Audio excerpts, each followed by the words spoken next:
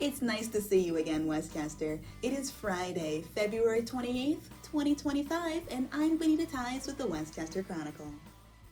At this month's Borough Council meetings, Council passed an ordinance clarifying height regulations for buildings. The new guidelines are intended to ensure consistency in how the height of buildings in the borough are measured and documented, and in turn, regulated. Additionally, the Council approved two resolutions addressing emergency response and public safety. The first approved an updated emergency operations plan outlining procedures to follow in case of a major emergency or disaster. Additionally, the second resolution provided an official listing of the various designated emergency response providers for Westchester Borough. You can find the list and the ordinances in full at west-chester.com. As this year's Black History Month comes to a close, we want to focus on the legacy of civil rights activist Bayard Rustin. We've covered his work here in the borough, and his work with Martin Luther King's March on Washington is well documented. But his legacy is larger than that. Our editor-in-chief, Kyle Hudson, spoke with members of the Bayard Rustin Coalition in San Francisco, California, to talk about the impacts he made and how their organization carries on his legacy. Hi, everybody. I'm Kyle Hudson with the Westchester Chronicle, and I am here with two members of the Bayard Rustin Coalition out in San Francisco, California. I'm here with Lawerence Shine and Bill Doggett. How are you, gentlemen? Great, thank you. Great. So, why don't you both introduce yourselves and let us know what you guys do? All right. Well, I'm Lawerence Shine. I'm one of the founding members of the Bayard Rustin Coalition. I work in basically community development. I reach out to different parts of our community, find out what people need, and then help them discover ways to achieve it. I'm working with mostly the Black LGBTQ community, and also with just the greater LGBT community throughout the Northern California area and the Bay Area. Very cool. And I'm Bill Doggett. I also am a member of the Bayard Rustin Coalition. I have a history. I'm currently in Los Angeles, but I had a history, quite a history, starting basically in early 2000s through the mid 2000s, working around leadership, dealing with the Black LGBT community and their place in San Francisco, specifically in the Castro. I led a whole very well-received, huge media response, a series of monthly events bringing African-American men, same-gender loving men, LGBT, however you want to, gay men, whatever you want to call it, together, and expanded it to friends of that support the mission of a diverse Castro. And that became very, very successful, and it led to other things. I'm also the son of a civil rights leader in Los Angeles. And so by osmosis, I picked up, if you will, the leadership skill sets that allowed me to do the work I did in San Francisco in the early 2000s. And I'm a historian and an archivist. So that's me.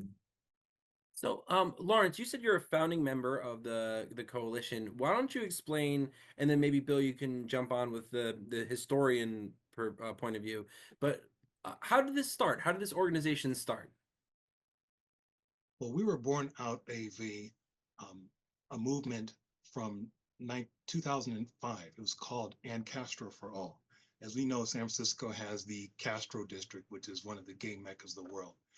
And at the time, it had come to the attention of the Black LGBTQ community that there were some bars that were being discriminatory in their carding practices. Typically, in fact, I even experienced it myself, but at the time, it was done in a way that I didn't want to believe what was happening. Basically, we would have bars where either you would get carded and they would ask at the door for 3 pieces of ID, whereas their white patrons were just simply either waved through without being ID'd or just simply looking at their regular ID or driver's license. I mean, most people don't carry 3 different forms of official ID with them. So that was a de facto way of not having the blacks come in the bar.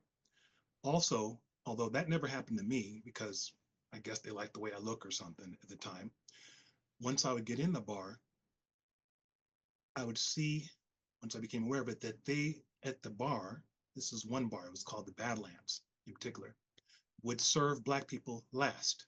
their excuse was, "Oh, I didn't quite see you." Well, I apologize. I missed you. And it was a passive aggressive way of being racist. And so we started with marching and protesting these different establishments to the point where we had hundreds of people, 300, 400, 500 people marching, picketing, protesting in front of these bars. And we called attention, and the practices were either greatly curtailed or stopped.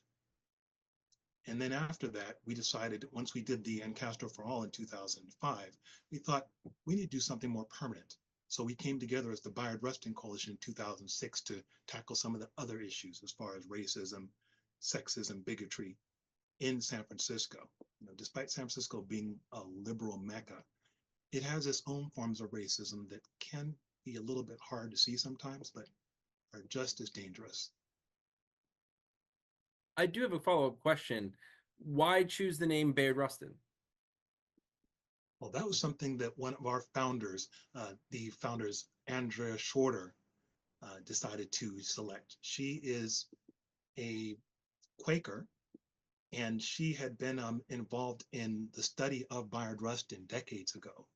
And so she suggested that because the type of work we were doing against injustice, bigotry, and having to literally protest, but in a nonviolent way, is something that, of course, Bayard Rustin helped originate in this country. Bayard Rustin is one of the most consequential social movement movers of that is not as well known as he should have been during I'm going to say the mid 20th century, as in late 30s through all the way through the 80s, and during the period of gay liberation of the late from Stonewall forward, and certainly through the early era of AIDS and the protests against the Reagan administration dealing with the response to AIDS. Consequential is actually probably an understatement. Where would we begin? The man was engaged in social justice religiously, as well as in his work involved with groups, like singing groups, like Joshua White, or known better later as Josh White, and his Caroliners. It was in the late 30s. Josh White, as well as other blues singers, were engaged in recordings, making recordings like Billie Holiday did in 1940-41 with Strange Fruit, to call attention to the injustices, the social injustices that people of color, Black people and Black women, were forced to have to confront on a daily basis. The Black lived experience of, at that time, mostly African Americans in the South was unbelievable and just unacceptable. So, like Strange Fruit, Josh White engaged, or I should say Bayard Rustin was engaged with Josh White and his organization to record a 78 album set called The Chain Gang. And he's a baritone, and in the pictures, the image that you'll see in your screen to come, you'll see an image of that album. And what's important about that album, as it is set in this particular image, is that it spoke to, at that time, 80 years ago, more than 80 years ago, to the lasting challenge that we see even today. Chains round my shoulder, my feet is bracelet bound. Jump when Captain calls you, or else he'll knock you down.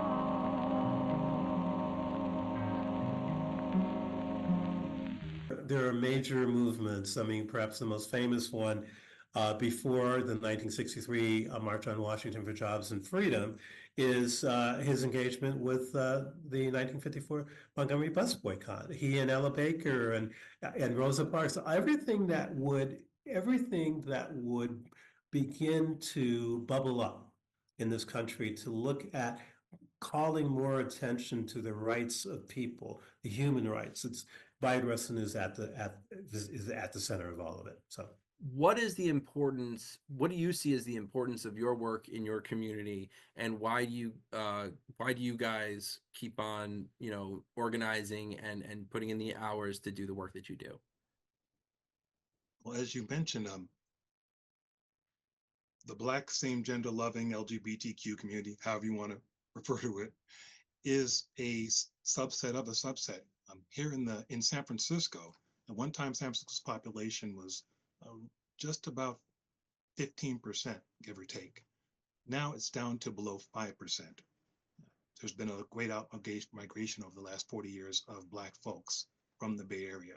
The things that brought us here, for example, many jobs that were suitable for blue collar people, affordable housing, the ability to get away from overt racism have kind of either evaporated or fallen to the background. So a lot of things that were attractive to us are no longer here, and therefore Black folks have not been coming out here as much. Of course, even with housing, you look at it, you live in a house that's like 2,400 square feet, you're talking $1.3 million.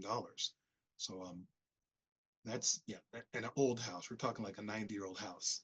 It describes my mother's house in San Francisco. And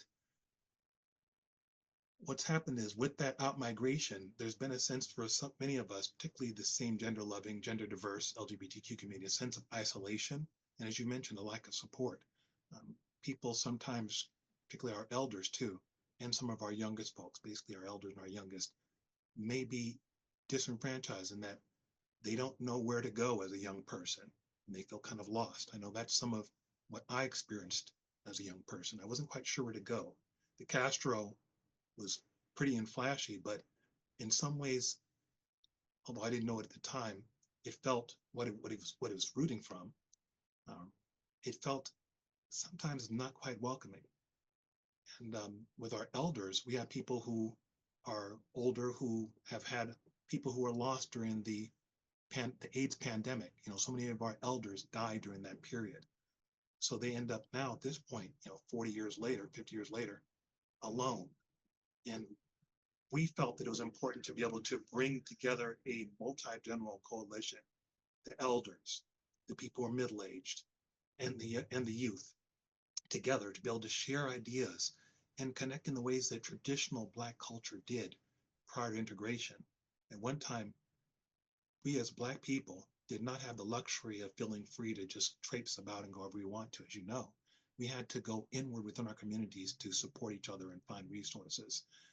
And it's become more of that in San Francisco in some ways because of the lack of population and the need to basically reconnect in those ways, in more deeper ways.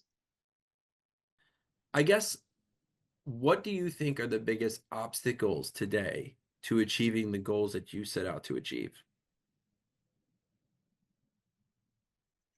I would say that one of the biggest obstacles is